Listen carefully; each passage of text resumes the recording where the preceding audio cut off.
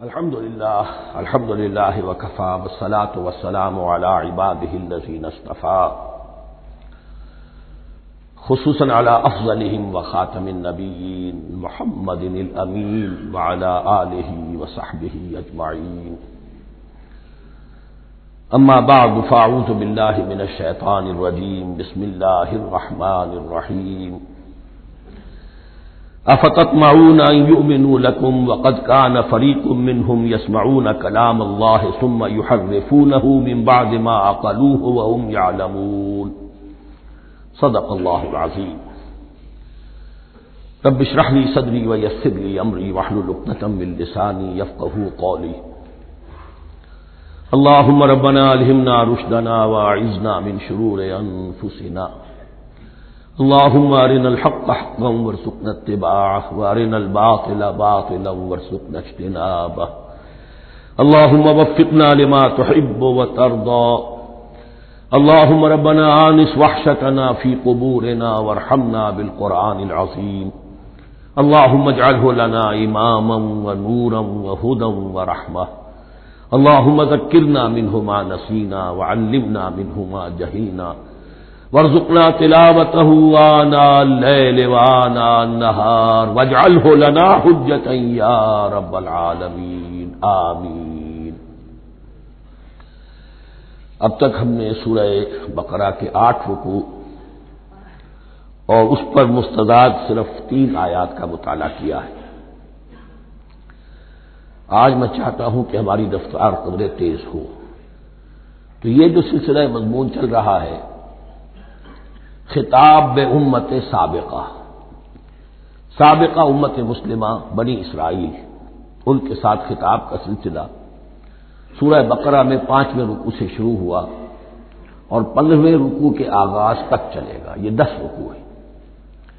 عرض کر چکا ہوں بار بار، اور اس کو میں چاہتا ہوں آپ اچھی طرح ذہن نشین کر لیں کہ اس میں سے پہلا رکوع جو ہے وہ دعوت کا ہے، وہ بہت فیصلہ کن ہے۔ یہی وجہ ہے کہ دیکھیے اس رکوع کا آغاز ہوا یا بنی اسرائیل اذکروا نعمتی التی انعمت علیکم واوفوا بعہدی اوف بعہدکم وایای فارہبون، اور خود بخود ظاہر ہو رہا ہے اسلوب کلام سے کہ اگلے رکوع سے بات کا رنگ بدل گیا ہے۔ یا بنی اسرائیل اذکروا نعمتی التی انعمت علیکم وانی فضلتکم علی العالمین واتقوا یوما لا تجزی نفس عن نفس شیئا ولا يقبل منها شفاعت ولا يؤخذ منها عدل ولا هم ينصرون۔ یہ تہدید کا انداز ہے، دھمکی کا انداز ہے۔ تو میں نے عرض کیا تھا کہ 5واں رکوع اس خطاب میں بمنزلہ فاتحہ ہے، بہت اہم ہے، اور بقیہ جو 9 رکوع ہیں ان میں بریکٹ کا انداز ہے کہ 2 آیتوں سے بریکٹ شروع ہوتی ہے، انہی 2 آیتوں پر بریکٹ ختم ہوگی۔ یہ ملامت کا خطاب ہے اور ان کے خلاف ایک مفصل فرض قرارداد جرم جو ہے وائد کی گئی ہے، جس کے نتیجے میں وہ اس منصب سے معزول کر دیے گئے جس پر 2000 برس سے فائز تھے، اور ان کی جگہ پر اب امت محمد، نئی امت مسلمہ علی صاحب الصلاۃ والسلام، اب اس کا نصب، اس کی انسٹالیشن اور اس کی انسٹالیشن سیریمنی کے طور پر تحویل قبلہ کا معاملہ۔ یہ ربط کلام اگر سامنے نہ رہے تو انسان کھو جاتا ہے قرآن مجید کی طویل صورتوں کو پڑھتے ہوئے کہ بات کہاں سے چلی تھی، کدھر جا رہی ہے، کیا ربط ہے، کیا تعلق ہے، سیاق کلام کیا ہے۔ اس کو میں اس لیے بار بار، حالانکہ مجھے معلوم ہے کہ وقت کم ہے لیکن میں اس چیز کو زیادہ اہمیت دے رہا ہوں۔ اب ان 9 رکوعوں کے مضامین میں کچھ تو واقعات ہیں، تم نے یہ کیا، تم نے یہ کیا، تم نے یہ کیا، ظاہر بات ہے ترجمہ تو کرنا ہوگا، کچھ مختصر وضاحت بھی کرنی ہوگی، لیکن ان کے تفصیل میں جانے کی ضرورت نہیں ہے۔ لیکن آپ نے دیکھا کہ کچھ واقعات کے بعد پھر کچھ ایسے یونیورسل ٹروتھس بیان ہوئے ہیں، ایسے عظیم حقائق کہ جو ابدی حقائق ہیں، ان کا کسی وقت سے، کسی قوم سے، کسی خاص گروہ سے تعلق نہیں، وہ تو اصول ہیں، سنت اللہ ہم انہیں کہہ سکتے ہیں، یہ اللہ کے جو عام قوانین ہیں، قواعد ہیں اس کائنات میں۔ ایک تو قوانین ہے طبعیہ، فزیکل لاز، ایک مورل لاز ہے کہ جو اس دنیا میں اللہ تعالیٰ کی طرف سے کار فرما ہے۔ تو جہاں وہ مورل لاز آتے ہیں جنہیں آپ کہا کرتے تھے جب بچپن میں کہانی پڑھی اور کہانی کے بعد لکھا اس کا مورل لیسن کیا ہے، اس کہانی سے سبق کیا حاصل ہوا، تو تھوڑے تھوڑے وقفے کے بعد وہ آیات آتی ہیں کہ جو اس گویا کہ اس سلسلہ کلام کے اندر یہ انتہائی اہمیت کی حامل ہے، اس لیے کہ وہ یونیورسل اہمیت کی حامل ہے، اور ان میں در حقیقت ایک رہنمائی پوشیدہ ہے موجودہ امت مسلمہ کے لیے۔ مثلا جتنا حصہ ہم اب تک پڑھ چکے ہیں ان میں سے پہلے تو وہ آیت یاد کیجئے، وَضُرِبَتْ عَلَيْهِمُ الذِّلَّةُ وَالْمَسْكَنَةُ وَبَاءُوا بِغَضَبٍ مِّنَ اللَّهِ۔ معلوم ہوا کہ ایسا ہو سکتا ہے کہ ایک امت مسلمان ہو، اس پر اللہ کے بڑے فضل ہوئے ہوں، بڑا اکرام ہوا ہو، بہت انعام ہوا ہو، پھر وہ اپنی بے عملی یا بد عملی کے باعث اللہ تعالی کے غضب کی مستحق ہو جائے اور ذلت اور مسکنت اس پر تھوپ دی جائے۔ یہ ایک یونیورسل ٹروتھ وہاں سے نکل آیا کہ ہمیں سوچنا ہوگا، یہ ایک لمحہ فکریہ ہے امت مسلمہ کیا کہ کیا ہم تو کہیں آج اس پوزیشن میں نہیں ہیں۔ حدیث میں آپ کو سنا چکا ہوں، لَيَأْتِيَنَّ عَلَىٰ أُمَّتِي مَا أَتَىٰ عَلَىٰ بَنِي إِسْرَائِيلَ حَسْبَ النَّعْلِ بِالنَّعْلِ۔ دوسرا اسی طرح کا یونیورسل ٹروتھ والا مقام تھا آخری جو ہم نے کل پڑھا ہے، ثُمَّ قَسَتْ قُلُوبُكُمْ وَهِيَ كَالْحِجَارَةِ أَوْ أَشَدُّ قَسْوَةً۔ کسی مسلمان امت کا یہ حال بھی ہو سکتا ہے کہ ان کے دل اتنے سخت ہو جائیں کہ سختی میں پتھروں کو اور چٹانوں کو مار دے جائیں۔ یہ بھی ایک کیفیت ہے جو سامنے آئی، حالانکہ قوم وہ ہے انی فضلتکم علی العالمین، از کجا تاب کجا، لیکن یہ حقیقت بھی ہمارے سامنے آئی کہ یہ چیزیں جو ہیں اپنی جگہ پر امکانات میں سے ہیں۔ البتہ یہاں ایک بات میں عرض کر دوں کہ اس قساوت قلبی میں پوری امت برابر مسلط جو ہے مبتلا نہیں ہوا کرتی ہے، اس میں امت کے جو قائدین ہوتے ہیں اور امت مسلمہ کے قائدین اس کے علماء ہوتے ہیں، سب سے زیادہ شدت کے ساتھ یہ خرابی ان میں آتی ہے، اس لیے کہ باقی لوگ تو پیروکار ہیں، پیچھے چلتے ہیں، وہ اعتماد کرتے ہیں کہ یہ ہے اللہ کی کتاب کے پڑھنے والے، یہ ہے تورات کے حامل، یہ جانتے ہیں، وہ ان کے پیچھے پیچھے چل رہے ہوتے ہیں۔ لیکن جو لوگ جان بوجھ کر اللہ کی کتاب میں تحریف کر رہے ہوں، انہیں تو پتا ہے ہم کیا کر رہے ہیں۔ جو لوگ جان بوجھ کر حق کو پہچان کر اس کا انکار کر رہے ہیں، انہیں تو پتا ہے کہ ہم کیا کر رہے ہیں۔ در حقیقت یہ سزا ان پر آتی ہے۔ یہ بات اب ان آیات میں جو آج ہم پڑھنے چلے ہیں بہت زیادہ واضح ہو جائے گی انشاءاللہ۔ فرمایا افتطمعون ان یؤمنوا لکم، تو اے مسلمانوں کیا تم یہ توقع رکھتے ہو کہ یہ ایمان لے آئیں گے تم پر، تمہاری بات مان لیں گے؟ ظاہر بات ہے مسلمانوں کو توقع تھی کہ مشرکین مکہ تو بہت دور تھے دین سے، توحید سے دور، رسالت کا کوئی تصور ہی نہیں، کتاب کوئی ان کے پاس تھی ہی نہیں۔ یہ تو یہود ہیں اور ان کے پاس تو کتاب رہی ہے، یہ موسیٰ کے ماننے والے ہیں، یہ توحید کے علم بردار ہیں، یہ آخرت کا بھی اقرار کرتے ہیں، تو انہوں جھٹپٹ مان لینا چاہیے۔ تو جو مسلمانوں کے دل میں، عام مسلمانوں کے دل میں جو حسن ظن تھا، اب در حقیقت یہ اس کو ایڈریس کیا جا رہا ہے، افتطمعون ان یؤمنوا لکم، تمہیں بڑی طمع ہے، کوشش ہے، تمہاری خواہش ہے، آرزو ہے، تمنا ہے، توقع ہے کہ یہ بات مان لے گے تمہاری۔ وَقَدْ كَانَ فَرِيقٌ مِّنْهُمْ يَسْمَعُونَ كَلَامَ اللَّهِ ثُمَّ يُحَرِّفُونَهُ مِن بَعْدِ مَا عَقَلُوهُ وَهُمْ يَعْلَمُونَ، جبکہ حال یہ ہے کہ ان میں سے ایک جماعت، ایک گروہ وہ بھی ہے کہ جو اللہ کے کلام کو سن کر پھر اس میں تحریف کرتا رہا ہے، اس کے بعد کہ اس کو سمجھ لیتا تھا اور اچھے جان بوجھ کر تحریف کرتا تھا۔ اب ظاہر بات وہ گروہ کون ہوں گے؟ علماء ہی تو ہیں نا، عام آدمی تو تحریف نہیں کر سکتا تھا، تحریف کرنے والے تو علماء تھے۔ افتؤمنون ان یؤمنوا لکم وقد کان فریق منهم یسمعون کلام اللہ ثم یحرفونہ من بعد ما عقلوہ وهم یعلمون واذا لقوا الذین آمنوا قالوا آمنا۔ اب دیکھیے ایک بات بڑی عجیب سامنے آئے گی کہ جس طرح منافقین مسلمانوں میں تھے ایسے ہی منافقین یہود میں بھی تھے۔ یہود میں سے کچھ لوگ ایسے تھے کہ جن پر حق جب منکشف ہو گیا اور کچھ ان کی صالح فطرت بھی تھی، اب وہ آنا چاہتے تھے اسلام کی طرف، لیکن اپنے خاندان کو، گھر والوں کو، اپنے کاروبار کو، اپنے قبیلے کو چھوڑنا بھی ممکن نہیں تھا، اور قبیلوں کی سرداری جو ہے وہ ان کے علماء یہود کے پاس ہے۔ تو دل ان کے کچھ صاف ساتھ آ چکے تھے اہل ایمان کے، اور جب وہ اہل ایمان سے ملتے تھے تو کبھی کبھی باتیں بھی بتا کہ ہاں یہ بات جو محمد کہہ رہے یہ تورات میں لکھی ہوئی تھی، واقعی یہ بات یوں ہی تھی۔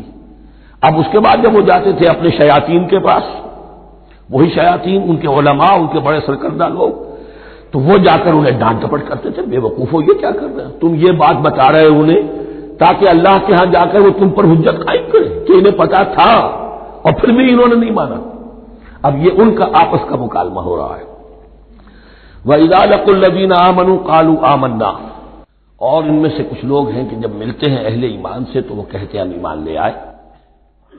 وَإِذَا خَلَا بَعْضُهُمْ إِلَىٰ بَعْضٍ، اور جب وہ خلوت میں ہوتے ہیں ایک دوسرے کے ساتھ، قالوا، وہ کہتے ہیں اتحدثونہم، کیا تم بتا رہے ہو ان کو، بما فتح اللہ علیکم، وہ باتیں جو اللہ نے کھولی ہیں تم پر، لیحاجوکم بہ عند ربکم، کہ وہ تم پر حجت قائم کرے تمہارے رب کے پاس، کہ اللہ اس نے مانا تھا کہ ہاں تورات میں یہ ہے، تو تم ذرا عقل سے کام لو، اور یہ حقیقتیں جو تورات کے ذریعے سے ہمیں معلوم ہے مسلمانوں کو مت بتاؤ۔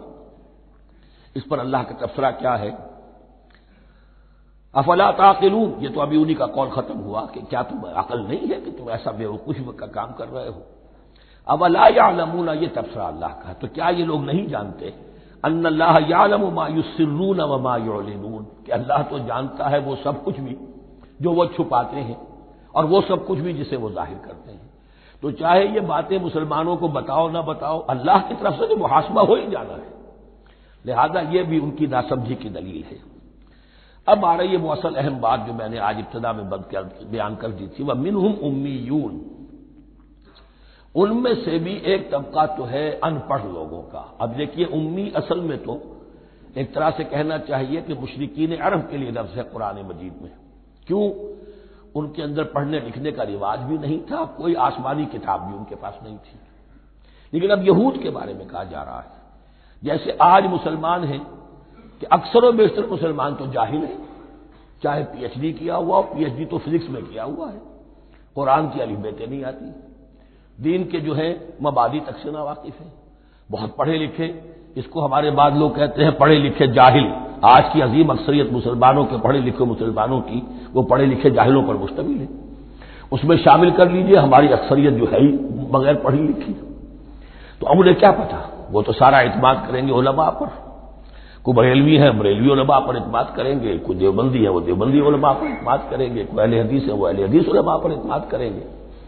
منہم امیون، اب امیون کا سہارا کیا ہوتا ہے، منہم امیون لا یعلمون الکتاب الا امانیہ، وہ کتاب سے تو واقف نہیں ہوتے، اپنی کچھ خواہشات ہیں کہ جن کو جانتے ہیں، یہ خواہشات بعد میں کھل جائے گا، یہ خواہشات کیا ہیں، ہم تو اسرائیلی ہیں، ہم تو اللہ کے محبوب ہیں، ہم تو امت محمد میں ہیں، ہماری تو شفاعت ہو ہی جائے گی، یہ امانی ہے، تلک امانیہم، اور ہمیں تو جہنم میں داخل کیا بھی تو تھوڑے سے عرصے کے لیے، ہمیں نکال لیا جائے گا، یہ امانی ہے۔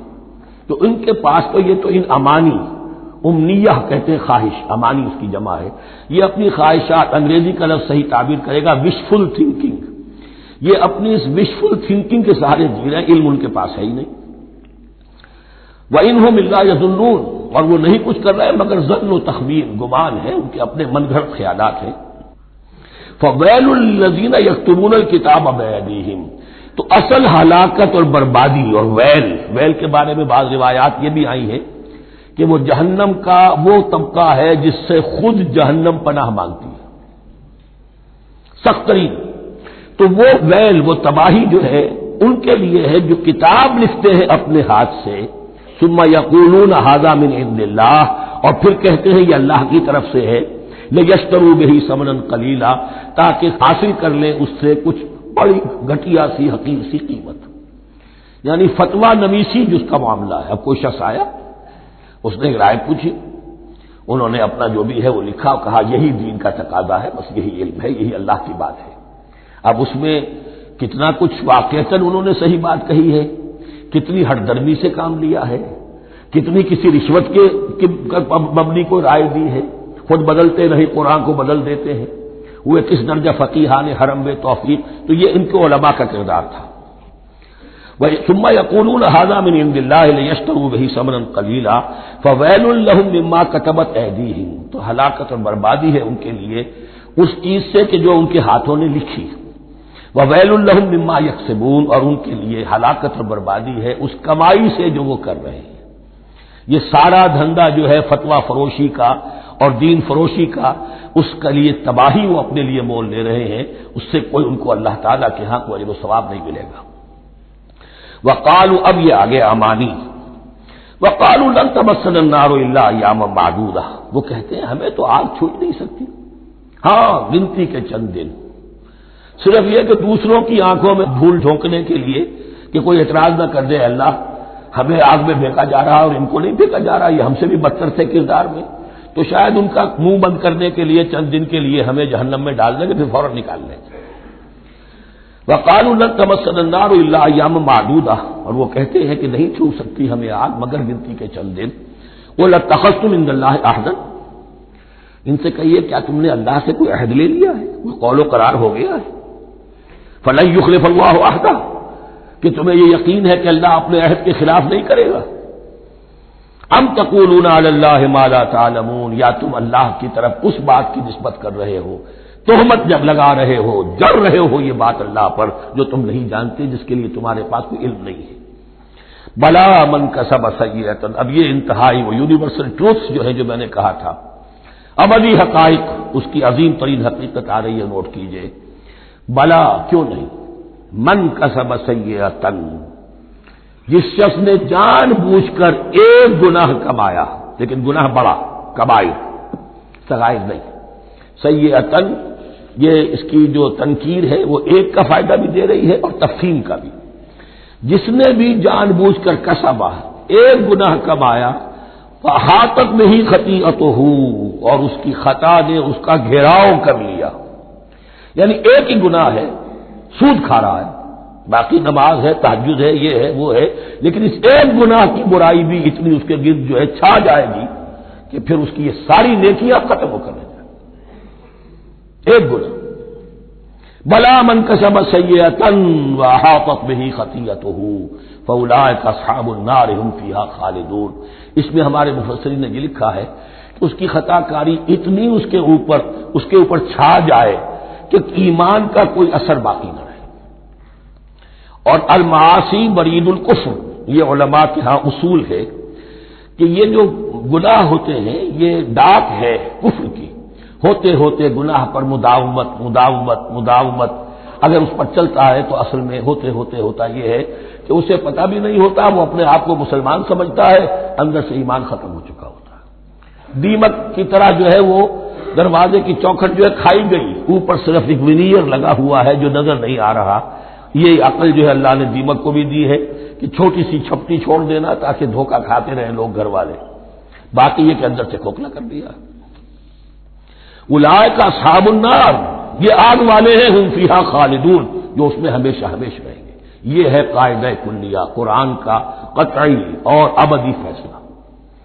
والذین آمنوا وعملوا الصالحات، ہاں اس کے برعکس کے لوگ ایمان لائیں اور نیک عمل کریں۔ اب نیک عمل میں ہر شخص نے اپنا اپنا نظریہ بنا رکھا ہے، مراد نیک عمل قرآن مجید کا کیا ہے؟ دین کے سارے تقاضوں کو ادا کرنا، وہ نیک عمل ہوگا۔ آپ نے ایک نیکی لے لی، یتیم خانہ کھول دیا، بڑی فاؤنڈیشن بنا دی، بیواؤں کا انتظام ہو رہا ہے، لیکن کاروبار میں سودی لین دین ہے، جھوٹ ہے، فریب ہے، دھوکہ ہے، سب چل رہا ہے، تو یہ نہیں ہے۔ دین کے تقاضے یہ بھی ہے کہ دین کو قائم کرنے کی جد و جہد میں لگو، اس کی شرائط پوری کرو۔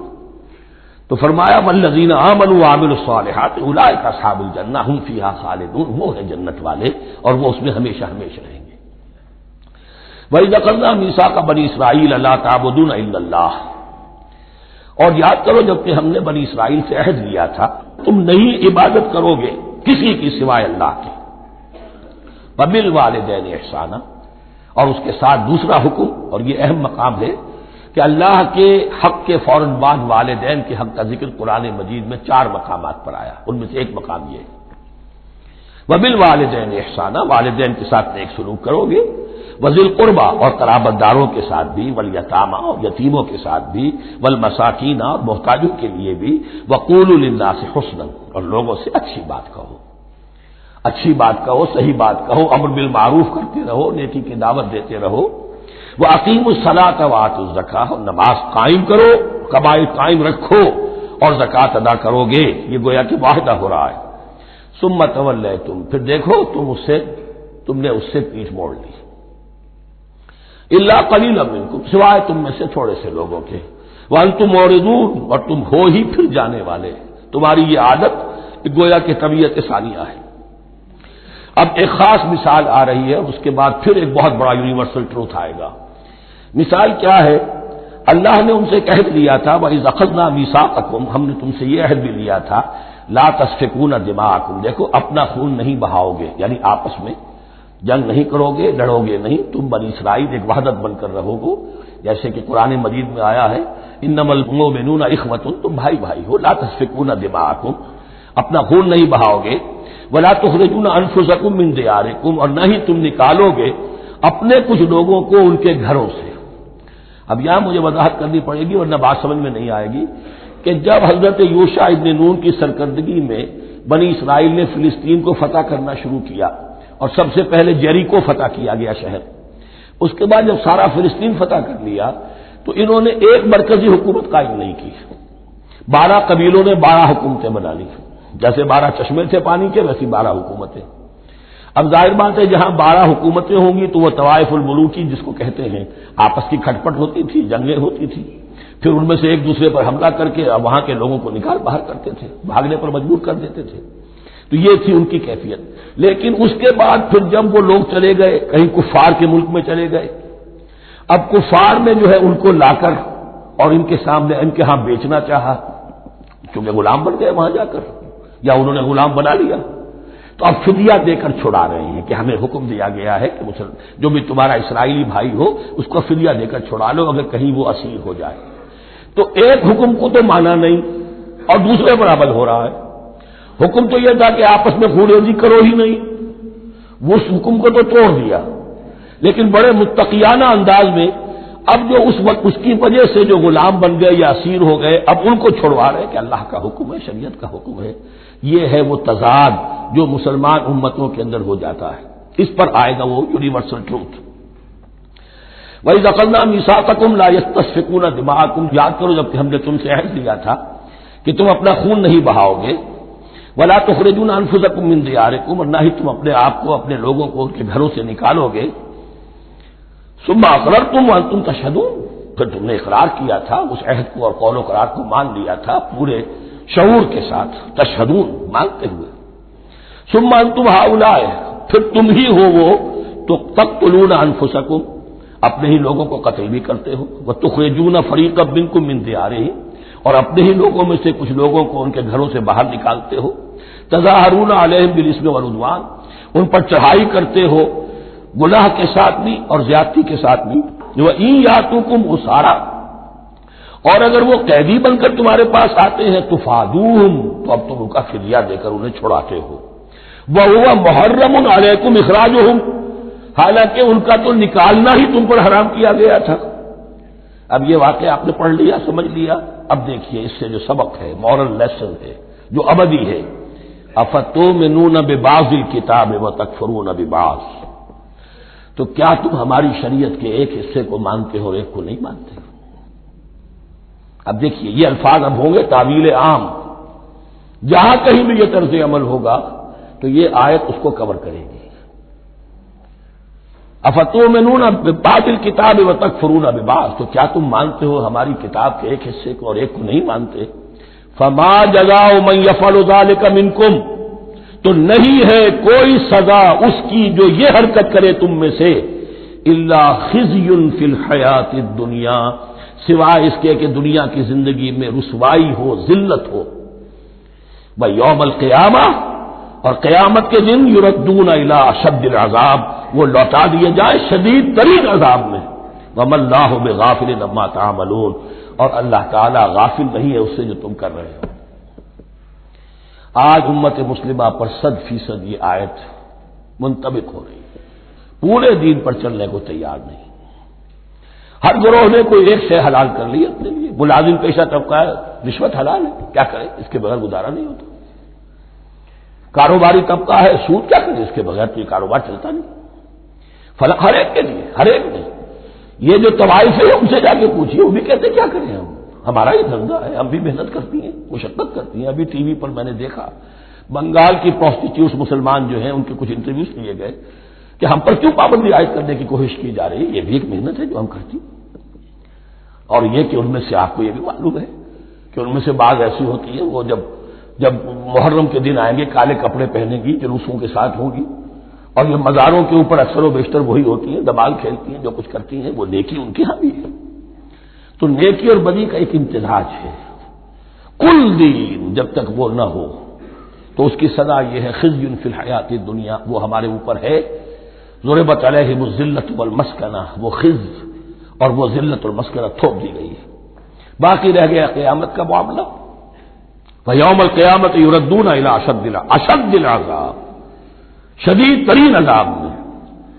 تو اپنے طرز عمل سے تو ہم اس کے مستحق ہو گئے ہیں، باقی اللہ تعالیٰ کی رحمت جو ہے دستگیری فرما لے اس کا اختیار ہے۔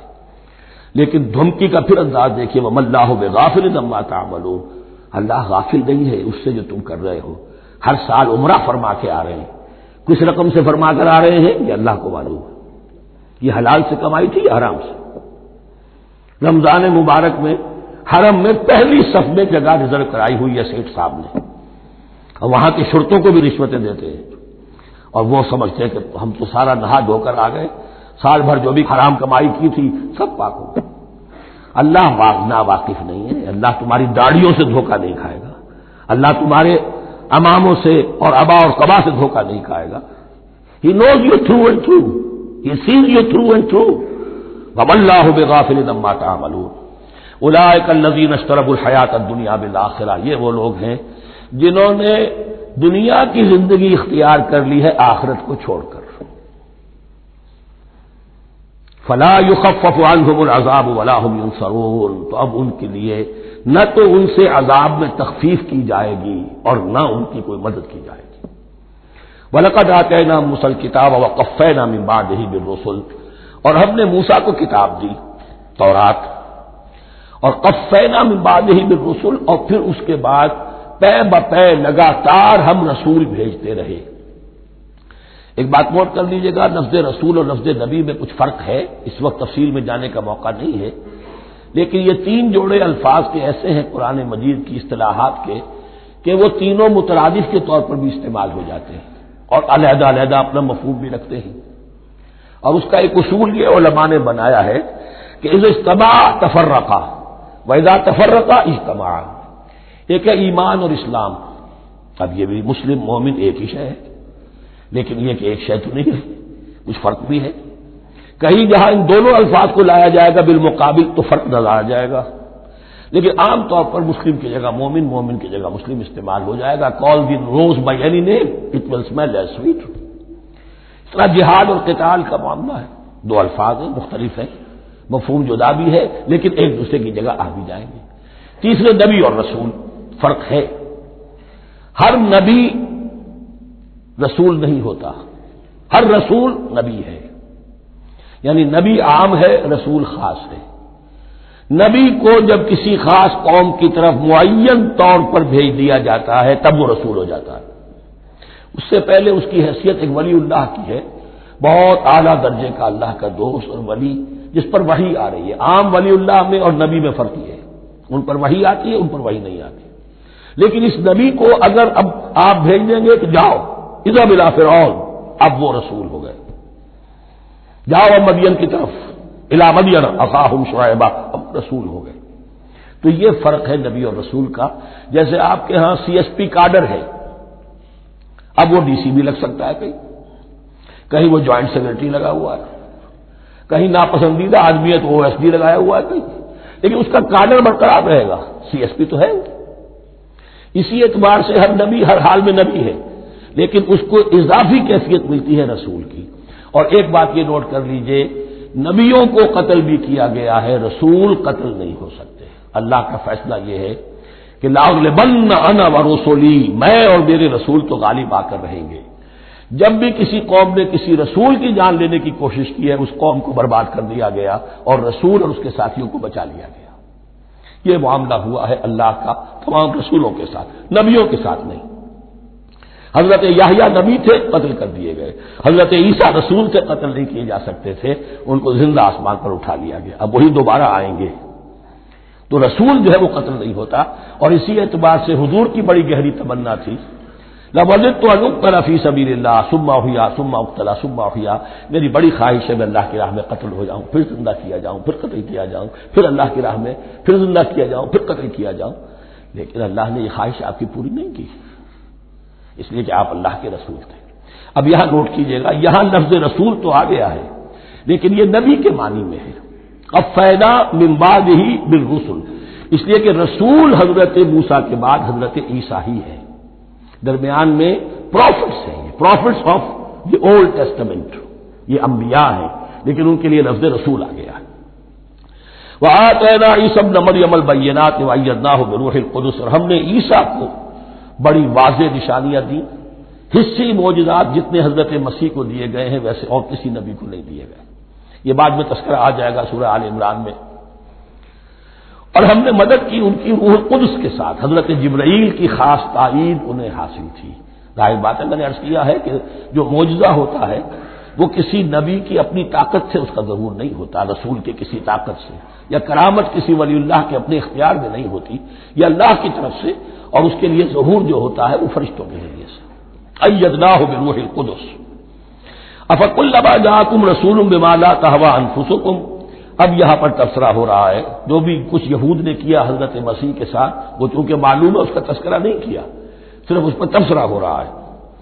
تو جب بھی کبھی تمہارے پاس کوئی رسول آیا بما لا تهوى انفسکم، وہ چیز لے کر جو تمہارے جیوں کو، تمہارے من کو بھائی نہیں، اچھی نہیں لگی، استکبرتم، تم نے استکبار کیا، وہی استکبار جو عزازیل نے کیا تھا اور ابلیس بن گیا، ابا واستکبر، استکبرتم ففریقا کذبتم وفریقا تقتلون، تو کچھ کو تو تم نے صرف ان کی تردید ہی کی اور کچھ کو تم نے قتل بھی کیا، تقتلون، تو یہ انبیاء کے قتل ہو سکتا ہے۔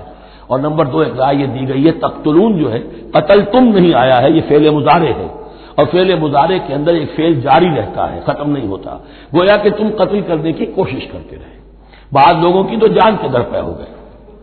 وقالوا قلوبنا غلف، اور انہوں نے کہا ہے کہ ہمارے دل تو غلافوں کے اندر بند ہیں۔ یہ اس کو ملائیے پہلی آیت جو آج ہم نے پڑھی ہے، افتطمعون ان یؤمنوا لکم، تو اے مسلمانوں کیا تم یہ توقع رکھتے ہو اور چاہتے ہو کہ یہ تمہاری بات مان لیں گے؟ ان کی اس خواہش کے جواب میں جو وہ کہتے تھے وہ یہ قول ہے، وقالوا قلوبنا غلف، ہمارے دل خلافوں میں ہے، میاں تمہاری بات ہم پر اثر نہیں کر سکتی، جاؤ کسی اور سے بات کرو۔ آج بھی آپ کو یہ الفاظ سننے کو مل جائیں گے، قلوبنا غلف، ہمارے دل تو غلافوں میں ہے، بڑے مضبوط ہیں، مستحکم ہیں، تمہاری بات اس میں گھر کر ہی نہیں سکتی۔ بل لعنہم اللہ بکفرہم، یہ ہے تبصرہ، جس کو یہ کہہ رہے ہیں کہ ہمارے دل محفوظ ہیں اور غلافوں میں ہیں، حقیقت میں تو ان پر لعنت ہو چکی ہے اللہ کی طرف سے ان کے کفر کی وجہ سے۔ فقلیلا ما یؤمنون، تو واقعتاً اب کم ہی ہوں گے ان میں سے جو ایمان لائیں گے۔ ولما جاءہم کتاب من اللہ مصدق لما معہم، اب یہاں پر ذکر ہو رہا ہے خود حضور صلی اللہ علیہ وسلم کا، اور جب آ گئی ان کے پاس کتاب اللہ کے پاس سے، یعنی یہ قرآن، مصدق لما معہم، جو اس کی تصدیق کرتے ہوئے آیا جو ان کے پاس ہے، میں اس کی وضاحت کر چکا ہوں۔ قرآن ایک طرف تصدیق کرتا ہے تورات اور انجیل کی، اور دوسری طرف وہ مصداق بن کر آیا ہے تورات اور انجیل کی پیشن گوئیوں کا۔ وَكَانُوا مِن قَبْلُ يَسْتَفْتِحُونَ عَلَى الَّذِينَ كَفَرُوا، اور ان کا حال یہ تھا کہ وہ آخری کتاب اور آخری نبی کے حوالے اور واسطے سے اللہ تعالیٰ سے فتح کی دعائیں کیا کرتے تھے کافروں کے خلاف۔ ہوتا کیا تھا کہ یہ 3 قبیلے مدینے میں آ گئے کہ جو یہودی تھے، بنو قینقاع، بنو نضیر اور بنو قریظہ، اسی میں وہاں رہتے تھے اوس اور خزرج جو یمن سے آئے تھے، اصل عربی قبائل تھے، پھر آس پاس کے قبائل بھی تھے، وہ سب کے سب امیین میں سے تھے، ان کے پاس نہ کوئی کتاب، نہ کوئی شریعت، نہ کسی نبوت سے آگاہ۔ اب ان کے آپس میں جب لڑائیاں ہوتی تھیں اور یہ مار کھاتے تھے، سرمایہ دار تھے، دولت والے تھے، عام طور پر بزدل تھے، لہذا جب بھی کبھی مقابلہ ہوتا تھا مار کھاتے تھے، تو وہاں یہ کہا کرتے تھے کہ ابھی تو تم ہمیں مار لیتے ہو، دبا لیتے ہو، نبی آخری زمان کی آنے کا وقت آ چکا ہے، وہ نئی کتاب لے کر آئیں گے، جب وہ آئیں گے ہم ان کے ساتھ ہو کر جب تم سے جنگ کریں گے تو تم ہمیں شکست نہیں دے سکو گے، ہمیں فتح حاصل ہوگی۔ اور دعا کیا کرتے تھے اللہ اس نبی آخری زمان کا ظہور جلد ہو تاکہ اس کے واسطے سے اور اس کے ذریعے سے اس کے صدقے ہمیں فتح مل سکے، یہ دعائیں تھیں۔ چونکہ خزرج اور اوس کے لوگوں نے ان کی یہ دعائیں سنی ہوئی تھیں، یہی وجہ ہے کہ حج میں سن 11 نبوی کے حج میں یا سن 10 نبوی کے حج میں جب وہاں پر 6 آدمیوں سے حضور نے بات کی جو خزرج کے تھے سب کے سب، انہوں نے کلنکھیوں سے ایک دوسرے کو دیکھا، معلوم ہوتا ہے یہ وہی نبی ہے جن کا ذکر یہ یہودی کرتے ہیں، تو اس سے پہلے کہ وہ ایمان لائے تم ایمان لے آؤ۔ گویا کہ وہ علم بالواسطہ طور پر جو انہیں پہنچا تھا وہ ان کے لیے کتنا بڑا سرمایہ بن گیا، ان کی نجات کا ذریعہ بن گیا، اور وہ علم جو ان کے پاس تھا تعصب کی وجہ سے اور تکبر کی وجہ سے وہ اسی طرح رہ گئے۔ فَذَهَبَ اللَّهُ بِنُورِهِمْ وَتَرَكَهُمْ فِي ظُلُمَاتٍ لَا يُبْصِرُونَ صُمٌّ بُكْمٌ عُمْيٌ فَهُمْ لَا يَرْجِعُونَ۔ وَلَمَّا جَاءَهُمْ كِتَابٌ مِّنْ عِندِ اللَّهِ مُصَدِّقٌ لِّمَا مَعَهُمْ وَكَانُوا مِن قَبْلُ يَسْتَفْتِحُونَ عَلَى الَّذِينَ كَفَرُوا فَلَمَّا جَاءَهُم مَّا عَرَفُوا كَفَرُوا بِهِ، تو جب ان کے پاس آ گئے وہ چیز جسے انہوں نے پہچان لیا پھر انہوں نے کفر کیا۔ فَلَعْنَةُ اللَّهِ عَلَى الْكَافِرِينَ، تو اللہ کی لعنت ہے ایسے کافروں پر۔ بئس ما اشتروا به انفسهم ان يكفروا بما انزل الله بغيا ان ينزل الله من فضله على من يشاء من عباده، بہت بری شے ہے جس کے عوض کہ انہوں نے اپنی جانوں کو فروخت کر دیا، یعنی دنیا کا حقیر سا نفع، یہاں کی حقیر سی مسندیں، یہاں کا جو بھی چودراہٹیں ہیں، جو بھی ان کی حیثیت ہے، صرف اس کا قربانی دینے کو تیار نہیں، یہی تو سبب ہے، اس کی وجہ سے کفر کر رہے ہیں پہچان کر۔ تو بری ہے وہ شے جس کے لیے انہوں نے اپنے آپ کو بیچ دیا۔ ان یکفروا، کہ وہ کفر کر رہے ہیں اس وجہ سے بما انزل اللہ بغیا، جو اللہ نے نازل فرمایا ہے، اور کفر کیوں کر رہے ہیں اس زدہ میں ان ينزل اللہ من فضلہ علی من یشاء من عبادہ، کہ اللہ تعالیٰ نے نازل کر دیا ہے اپنے اس فضل میں سے اپنے بندوں میں سے جس پر چاہا۔ وہ اس امید میں تھے کہ وہ اسرائیلی ہی ہوگا۔ جب 1400 برس تک نبوت ہمارے پاس رہی، اب فترت کا زمانہ ہے، 600 برس گزر گئے، اب آخری نبی آنا ہے، ان کو گمان یہ تھا وہ ہم میں سے ہی ہوگا۔ یہاں یہ ہوا کہ یہ رحمت اللہ کی اور یہ فضل جو ہے بنی اسماعیل پر ہو گیا، اس کی وجہ سے زدہ بغین، اس بغین کے لفظ کو اچھی طرح نوٹ کر لیجئے، یہ اختلاف جو ہوتا ہے دین میں اس کا اصل سبب یہ بغین کا لفظ آئے گا بار بار قرآن مجید میں۔ یہ بغین کیا ہے؟ جسے عہد حاضر کے ایک خاص جو مکتب فکر ہے سائیکالوجی کا، ایڈلر کا، اس میں یہ قرار دیا گیا ہے کہ انسان کے جو موٹیوز ہیں، جو اس کا انسٹنکٹس ہیں، ان میں ایک بہت پاورفل موٹیو جو ہے to dominate, urge to dominate. میں اس کی بات کیوں مانوں، یہ کیوں نہ میری مانے، یہ ڈومینیشن۔ تو بغیا کے معنی بھی ہے حد سے بڑھنا، تجاوز کرنا، تو وہ اپنی حد سے بڑھ کر دوسروں کے اوپر روب گاٹھنے کے لیے یہ سارا انہوں نے کیا اس وجہ سے کہ بنی اسماعیل کے ایک شخص محمد صلی اللہ علیہ وسلم پر اللہ تعالیٰ نے یہ رحمت نازل فرما دی۔ فباؤوا بغضب علی غضب، تو وہ لوٹے غضب پر غضب لے کر، یعنی تہ بر تہ غضب ہے ان پر اللہ تعالیٰ کا۔ وللکافرین عذاب مہین، اور ایسے کافروں کے لیے اہانت آمیز، مہین اہانت سے بنا ہے، اہانت آمیز عذاب ہے۔ وَإِذَا قِيلَ لَهُمْ آمِنُوا بِمَا أَنزَلَ اللَّهُ، اور جب ان سے کہا جاتا ایمان لاؤ اس پر جو اللہ نے نازل فرمایا، قَالُوا نُؤْمِنُ بِمَا أُنزِلَ عَلَيْنَا، ہم ایمان رکھتے ہیں اس پر جو ہم پر نازل ہوا۔ وَيَكْفُرُونَ بِمَا وَرَاءَهُ، اور وہ کفر کر رہے ہیں جو اس کے پیچھے ہے۔ انہوں نے انجیل کا کفر کیا، حضرت مسیح کو نہیں مانا، انہوں نے محمد کا کفر کیا ہے صلی اللہ علیہ وسلم، اور قرآن کو نہیں مانا۔ وَهُوَ الْحَقُّ مُصَدِّقًا لِمَا مَعَهُمْ، اور وہ کفر کر رہے ہیں حالانکہ وہ حق ہے، سچ ہے، درست ہے، اور تصدیق کرتے ہوئے آیا ہے اس کی جو ان کے پاس ہے۔ قل، اے نبی ان سے کہیے، فَلِمَ تَقْتُلُونَ أَنبِيَاءَ اللَّهِ، یہاں وہ لفظ واضح ہو گیا، تو پھر کیوں تم قتل کرتے رہے ہو اللہ کے نبیوں کو، من قبل، اس سے پہلے، ایسے ہی حق پرست ہو، ایسے ہی جو کچھ تم پر نازل کیا گیا اس پر ایمان رکھنے والے ہو، تو تم نے نبیوں کو کیوں قتل کیا؟ تم نے زکریا کو کیوں قتل کیا علیہ الصلوۃ والسلام؟ تم نے یحییٰ کو کیوں قتل کیا علیہ الصلوۃ والسلام؟ تمہارے تو ہاتھ جو ہے نبیوں کے خون سے آلودہ ہیں۔ فَلِمَ تَقْتُلُونَ أَنبِيَاءَ اللَّهِ مِن قَبْلِ إِن كُنتُم مُّؤْمِنِينَ، اگر واقعتاً تم ایمان والے ہو۔ وَلَقَدْ جَاءَكُم مُوسَىٰ بِالْبَيِّنَاتِ، تمہارے پاس موسیٰ آئے تھے کھلی تعلیمات لے کر، واضح معجزے لے کر۔ ثُمَّ اتَّخَذْتُمُ الْعِجْلَ مِن بَعْدِهِ، پھر تم نے اس کے بعد اس کی غیر حاضری میں بچڑے کو اپنا معبود بنا لیا، وانتم ظالمون، اور تم ظالم ہو۔ وَإِذْ أَخَذْنَا مِيثَاقَكُمْ وَرَفَعْنَا فَوْقَكُمُ الطُّورَ، یاد کرو جب کہ ہم نے تم سے عہد لیا تھا اور تمہارے اوپر کوہ طور کو معلق کر دیا تھا۔ خُذُوا مَا آتَيْنَاكُمْ بِقُوَّةٍ، پکڑو اس کو مضبوطی کے ساتھ جو ہم نے تمہیں دیا ہے۔ وَاسْمَعُوا، اور سنو۔ قَالُوا سَمِعْنَا وَعَصَيْنَا، انہوں نے کہا ہم نے سنا اور نافرمانی کی۔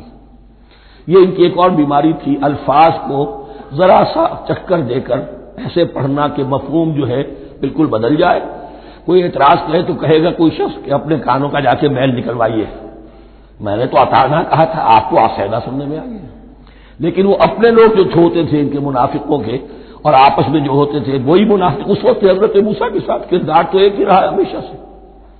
اس کردار کے لوگ جو ہے یہ حرکتیں کرتے تھے، اور پھر ان سے سرزنش کی جاتی کہ بھائی ہم نے تو کہا تھا سمعنا واطعنا، آپ کے اپنی سماعت میں کوئی خلل ہوگا۔ قالوا سمعنا وعصینا، ہم نے سنا اور ہم نے رد کیا، نافرمانی کی۔ وَأُشْرِبُوا فِي قُلُوبِهِمُ الْعِجْلَ بِكُفْرِهِمْ، اور ان کے اس کفر کی پاداش میں یا کفران نعمت کی سزا کے طور پر ان کے دلوں میں بچھڑے کی محبت اور تقدس جو ہے وہ پلا دیا گیا۔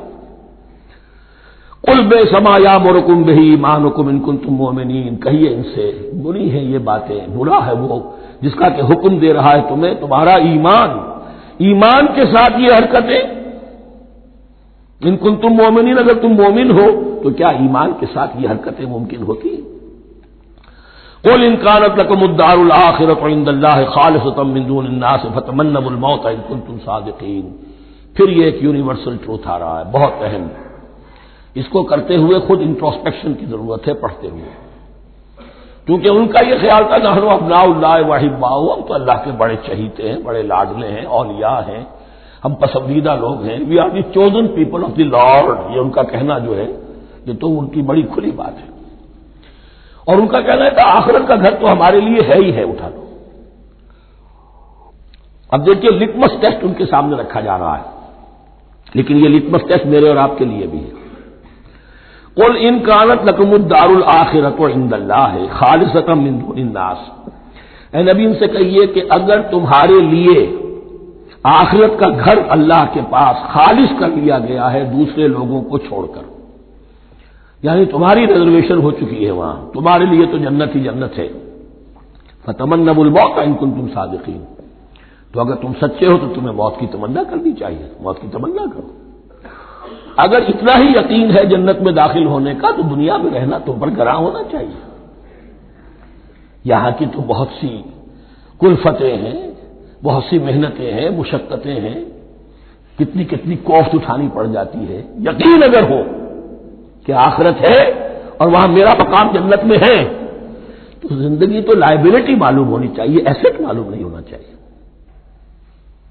پھر تو دنیا سجن نظر آنی چاہیے، جیسا کہ حدیث میں فرمایا گیا الدنیا سجن المومن و جنت الکافر، یعنی کم سے کم یہ کہ دنیا میں زیادہ رہنے کی آرزو تو نہ ہو، یہ کم سے کم ہے۔ آخرت پر ایمان، اور اگر اپنا معاملہ اللہ کے ساتھ خلوص پر ہے، دھوکے بازی پہ نہیں ہے، بل الانسان علی نفسہ بصیرہ، ہر انسان کو معلوم ہے میں کہاں کھڑا ہوں۔ آپ کا دل آپ کو بتا دے گا آپ اللہ کے ساتھ دھوکے بازی کر رہے ہیں یا آپ کا معاملہ اللہ کے ساتھ خلوص و اخلاص پر مبنی ہے۔ اگر یقین ہے کہ خلوص و اخلاص پر ہے تو پھر تو یہ ہے کہ زندگی ایسٹ نہیں لائبلٹی، اور دنیا باغ نہیں قید خانہ نظر آنا چاہیے، اور اس میں انسان رہتا ہے ایک مجبوراً اللہ نے بھیجا ہے رہنا ہے، جو اس کی طرف سے ذمہ داریاں عائد کی گئی ہیں وہ ادا کرنی ہے، لیکن یہاں رہنے کی خواہش یہ اگر ہے تو یا تو آخرت پر ایمان نہیں یا اپنا اللہ کے ساتھ معاملہ خلوص اور اخلاص پر مبنی نہیں۔ دس از دی لٹمس ٹیسٹ۔ فتمنوا الموت ان کنتم صادقین ولن یتمنوه ابدا، اور یہ ہرگز نہیں کریں گے تمنا اس کی موت کی، بما قدمت ایدیہم، بسبب ان کرتوتوں کے جو ان کے ہاتھوں نے آگے بھیجے ہوئے ہیں۔ ہر شخص کو معلوم ہے میں نے کیا کمائی کی ہے، کیا بھیجی ہے۔ واللہ علیم بالظالمین، اور اللہ ان ظالموں سے بخوبی واقف ہے۔ وَلَتَجِدَنَّهُمْ أَحْرَصَ النَّاسِ عَلَىٰ حَيَاةٍ، اور تم انہیں دیکھو گے اس دنیا کی زندگی پر تمام انسانوں سے بڑھ کر حریص، وَمِنَ الَّذِينَ أَشْرَكُوا، یہاں تک کہ مشرکوں سے زیادہ حریص ہے. اور یہ بات صحیح ہے. اہل ایمان کے ساتھ مقابلہ مشرکین نے کیا، کھل کر میدان میں آ کر کیا، ڈٹ کر کیا، اپنی جانیں اپنے باطل معبودوں کے لیے قربان کی. یہودی نہیں لڑ سکے، من ورائے جدر، فصیلوں کے پیچھے سے اور ادھر سے، لیکن سامنے آ کر مقابلہ نہیں کر سکے، اس لیے کہ انہیں جانیں بہت عزیز تھی. وَلَتَجِدَنَّهُمْ أَحْرَصَ النَّاسِ عَلَىٰ حَيَاةٍ وَمِنَ الَّذِينَ أَشْرَكُوا، حتیٰ یہ کہ مشرکین سے بھی زیادہ یہ دنیا کی زندگی کے حریص ہیں. یود احدہم لو یعمر الف سنہ، ان میں سے ہر ایک کی یہ خواہش ہے کہ کسی طرح اس کی عمر 1000 برس ہو جائے. وما هو بمزحزحه من العذاب ان يعمر، اور اگر ان کو معمر کر بھی دیا جائے، طویل زندگی دے بھی دی جائے، تو عذاب سے تو چھٹکارا نہیں ملے گا. آخرت تو بالآخر تو آنی ہے. واللہ بصیر بما یعملون، اور اللہ دیکھ رہا ہے جو کچھ کہ وہ کر رہے ہیں. قل من كان عدوا لجبريل فإنه نزله على قلبك. اب جیسا کہ میں نے عرض کیا کہ ان کا خیال یہ تھا کہ آخری نبوت کا وقت تو قریب ہے، ہوگا وہ کوئی اسرائیلی، ہوگا ہم میں سے. معاملہ ہو گیا تلپٹ. اللہ نے ان کی آزمائش اتنی بڑی کر لی کہ جنہیں حقیر سمجھتے تھے، بڑی امیین ہیں، ان پڑھ ہیں، نہ ان کے پاس کتاب، نہ کوئی شریعت، نہ کوئی قانون، نہ کوئی ضابطہ، کچھ بھی نہیں. اللہ نے ان میں سے ایک آدمی کو، ایک شخص کو چن لیا. لہذا ان کے لیے اب ان کے اندر دشمنی پیدا ہوئی. کس سے؟ گالیاں دینے لگے حضرت جبرائیل کو، اس نے دشمنی کی ہمارے ساتھ. آ تو رہا تھا پیغام ہم میں سے کسی کے لیے، لے گیا ادھر.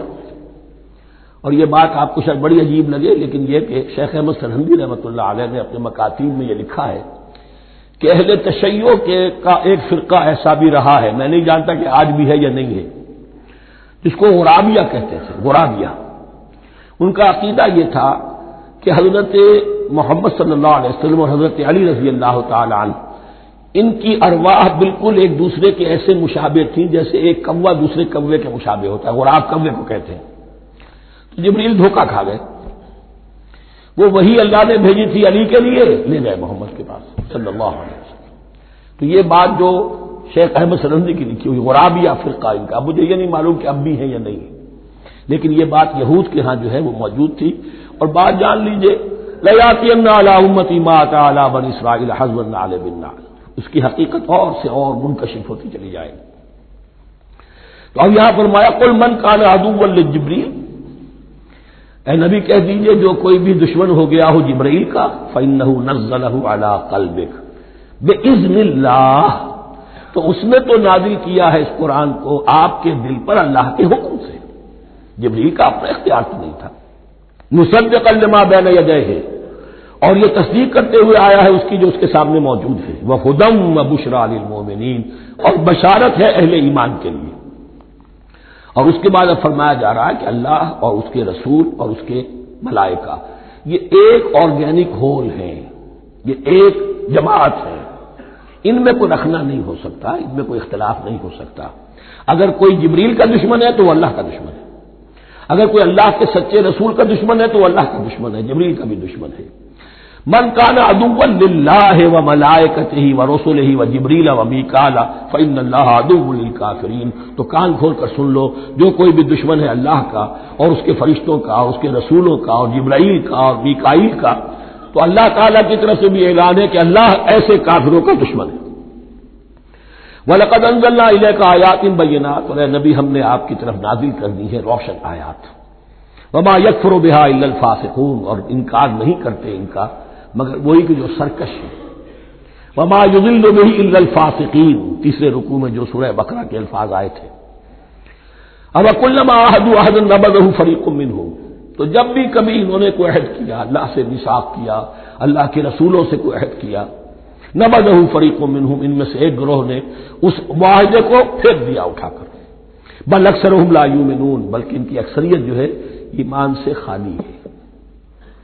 جیسا کہ حال آج امت مسلمہ کا ہے. مسلمان ہیں، ایمان حقیقی، ایمان قلبی، یقین والا ایمان وہ کتنوں کو حاصل ہے. ڈھونڈ اب ان کو چراغ رخ زیبا لے کر. ولما جاءهم رسول من عند الله مصدق لما معهم نبذ فريق من الذين اوتوا الكتاب، پھر وہی بات. اور جب آئے ان کے پاس اللہ کی طرف سے ایک رسول یعنی محمد صلی اللہ علیہ وسلم، مصدق لما معہم، اور تصدیق کرتے ہوئے آئے ہیں اس کی جو ان کے پاس موجود ہے، ان کے ساتھ ہے۔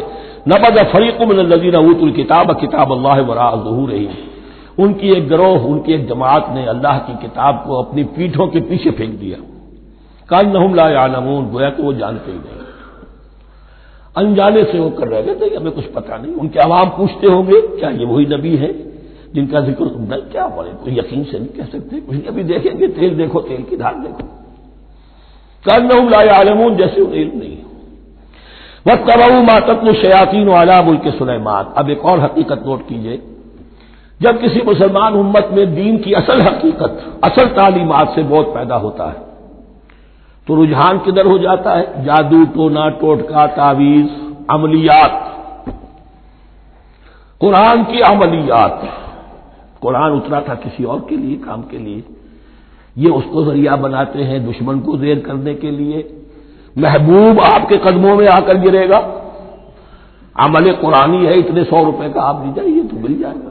یہ دندے ہمارے ابھی چل رہے ہیں، خوب چلتے ہیں، اور میں سمجھتا ہوں کہ سب سے زیادہ فلرشنگ کاروبار جو ہے وہ اس طرح کا ہے۔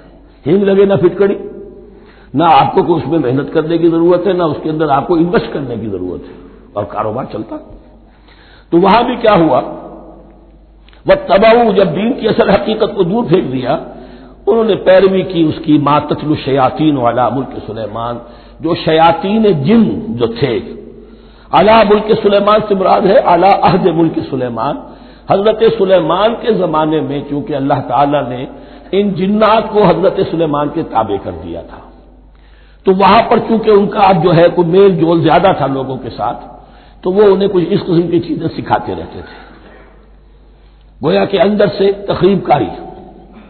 واتبعوا ما تتلو الشیاطین علی ملک سلیمان وما کفر سلیمان ولکن الشیاطین کفروا، اور سن لو، سلیمان نے کبھی کفر نہیں کیا، بلکہ یہ شیاطین تھے کہ جو کفر کرتے تھے۔ جادو کفر ہے،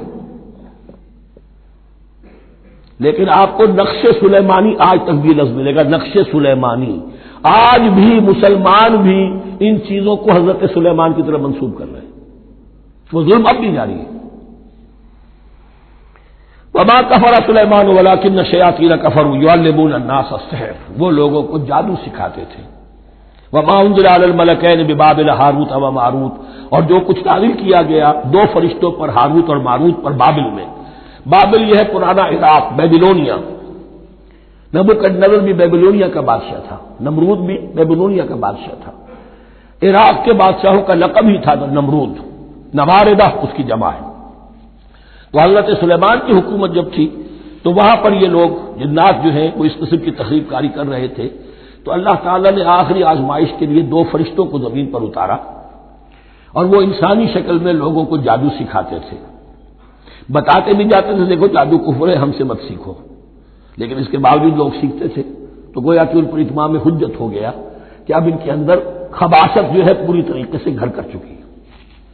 وما یعلمان من احد، اور وہ نہیں سکھاتے تھے کسی کو بھی، حتی یقولا انما نحن فتنۃ فلا تکفر، یہاں تک کہ وہ کہہ دیتے تھے کہ دیکھو ہم تمہاری آزمائش کے لیے بھیجے گئے ہیں، ہم فتنہ ہیں، تو تم کفر مت کرو۔ فیتعلمون منہما ما یفرقون به بین المرء وزوجہ، تو وہ سیکھتے تھے ان دونوں سے وہ شے کہ جس کے ذریعے سے تفریق کر سکے ایک شخص اور اس کی بیوی کے درمیان، تفرقہ ڈالنا گھروں کے اندر، فساد۔ اب بھی یہ عورتوں کے اندر یہ کام بڑی تیزی کے ساتھ چلتے ہیں، تعویذ اور دھاگے اور کیا کوئی گنڈے چلتے ہیں۔ وما هم بضارین به من احد، اور نہیں تھے وہ ضرر پہنچانے والے کسی کو کچھ بھی الا باذن اللہ۔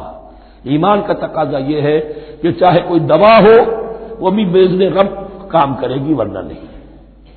کوئی اور اسباب طبیعیہ ہے، ان کے بھی اثرات ظاہر ہوں گے اگر اللہ چاہے گا، اس کے بغیر کچھ نہیں ہو سکتا۔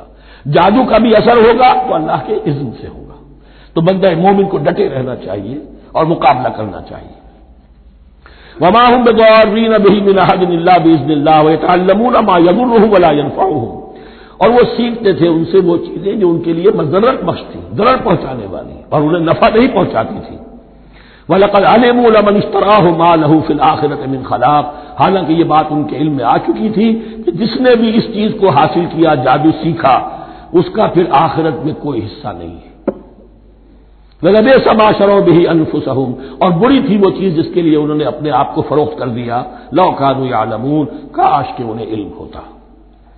وَلَوْ أَنَّهُمْ آمَنُوا وَاتَّقَوْا، اور اگر وہ ایمان رکھتے اور تقوی کی روش اختیار کرتے، لَمَثُوبَةٌ مِّنْ عِندِ اللَّهِ خَيْرٌ، تو بدلہ پاتے اللہ کی طرف سے بہت ہی اچھا، بہت خیر۔ لَوْ كَانُوا يَعْلَمُونَ، کاش کہ ان کو معلوم ہوتا۔ یا ایھا الذین آمنوا لا تقولوا رائنا وقولوا انظرنا واسمعوا، اب ایک اور مثال ان کی، وہ تو تھے منافقین بنی اسرائیل جن کا ذکر ہوا، سمعنا وعصینا۔ اب یہاں یہ منافقین جو یہاں پر مسلمانوں میں شامل ہو گئے تھے، یہود کے زیر اثر لوگ، اور آ گئے ہیں مسلمانوں میں بھی، اب ان کا معاملہ کیا تھا؟ جب حضور صلی اللہ علیہ وسلم کی محفل میں بیٹھتے تھے تو جیسے ہوتا ہے آپ نے کوئی بات فرمائی تو اگر فرض کیجئے کہ ادھر کے لوگوں نے نہیں سنی، بات سمجھ میں نہیں آئی، تو وہ ان سے درخواست کرتے تھے رعاینا، حضور ذرا ہماری رعایت کیجئے، بات کو دوبارہ دہرا دیجئے، ہماری سمجھ میں نہیں آیا۔ اب اس کا وہ کیا کرتے تھے یہودی، یا یہ ان کے یہودیوں کے زیر اثر منافقین، رعاینا، اے ہمارے چرواہے، گویا کہ دل میں خوش ہو رہے، خباثت نفس اس کو غذا مل رہی ہے، ہم نے تو رعاینا کہہ دیا۔ کسی نے اگر ٹوک دیا، بابا میں نے رعاینا کہا تھا، معلوم ہوتا آپ کی سماعت میں کوئی خلل پیدا ہو چکا ہے، یہ انداز۔ تو مسلمانوں سے کہا جا رہا ہے، یہ واحد آیت ہے اس پورے سلسلے میں جس میں خطاب یا ایھا الذین آمنوا سے ہے، لیکن اصل میں روئے سخن اب بھی بنی اسرائیل کی شرارت ہے۔ یا ایھا الذین آمنوا لا تقولوا رعاینا وقولوا انظرنا واسمعوا، دیکھو تم اس لفظ کو چھوڑ دو، اے اہل ایمان تم مت کہا کرو رعاینا، تم کہا کرو انظرنا، اے نبی ہماری طرف توجہ فرمائیے یا ہمیں مہلت دیجیے۔ نظر کے دونوں معنی ہیں، دیکھنا ہمیں دیکھیے، اور انتظار بھی اسی سے بنا ہے، ذرا سی مہلت دیجیے۔ واسمعوا، اور دوسرے یہ کہ توجہ سے سنا کرو تاکہ دوبارہ پوچھنے کی ضرورت ہی پیش نہ آئے۔ وللکافرین عذاب الیم، اور ان کافروں کے لیے تو دردناک عذاب ہے۔ ما یود الذین کفروا من اہل الکتاب ولا المشرکین ان ینزل علیکم من خیر من ربکم، اور نہیں چاہتے وہ لوگ کہ جنہوں نے کفر کیا ہے اہل کتاب میں سے اور مشرکین میں سے بھی، کہ نازل ہو تم پر کوئی بھی خیر تمہارے رب کی طرف سے۔ یہ اہل کتاب بھی اور مشرکین مکہ بھی یہ جل رہے ہیں حسد میں، حسد کی آگ میں، کہ یہ کلام پاک تمہیں کیوں دے دیا گیا، یہ آخری منصب نبوت کا جو ہے خاتم النبیین، یہ منصب جو ہے یہ انہیں کیوں مل گیا؟ وہ نہیں چاہتے کہ کوئی بھی خیر اللہ کی طرف سے تمہیں ملے۔ واللہ یختص برحمتہ من یشاء، حالانکہ یہ اللہ کا پریروگیٹو ہے، اللہ کا فیصلہ ہے، اللہ خاص کر لیتا ہے اپنی رحمت کے لیے جس کو چاہے، یہ اس کا فیصلہ ہے۔ واللہ ذو الفضل العظیم، اور اللہ تعالیٰ بڑے فضل والا ہے۔ ما ننسخ من آیۃ او ننسها نأت بخیر منها او مثلها، ہم نہیں منسوخ کرتے کسی بھی آیت کو یا اسے بھلواتے۔ ایک تو ہے ننسخ، منسوخ کر دینا، ایک ہے حافظے سے ہی کسی کے محو کر دینا۔ ما ننسخ من آیۃ او ننسها نأت بخیر منها، تو ہم اس کی جگہ پر اس سے بہتر لے آتے ہیں، او مثلها یا ویسی ہی لے آتے ہیں۔ الم تعلم ان اللہ علی کل شیء قدیر، کیا تم یہ نہیں جانتے کہ اللہ تعالیٰ ہر چیز پر قدرت رکھتا ہے، اسے ہر شے کا اختیار ہے۔ الم تعلم ان اللہ لہ ملک السماوات والارض، کیا تم نہیں جانتے کہ اللہ کے لیے ہی اختیار مطلق ہے، بادشاہی ہے آسمانوں اور زمین کی۔ وما لکم من دون اللہ من ولی ولا نصیر، اور نہیں ہے تمہارے لیے اللہ کے سوا کوئی بھی نہ ولی اور نہ مددگار۔ بارک اللہ لی ولکم فی القرآن العظیم ونفعنی وإیاکم بالآیات والذکر الحکیم۔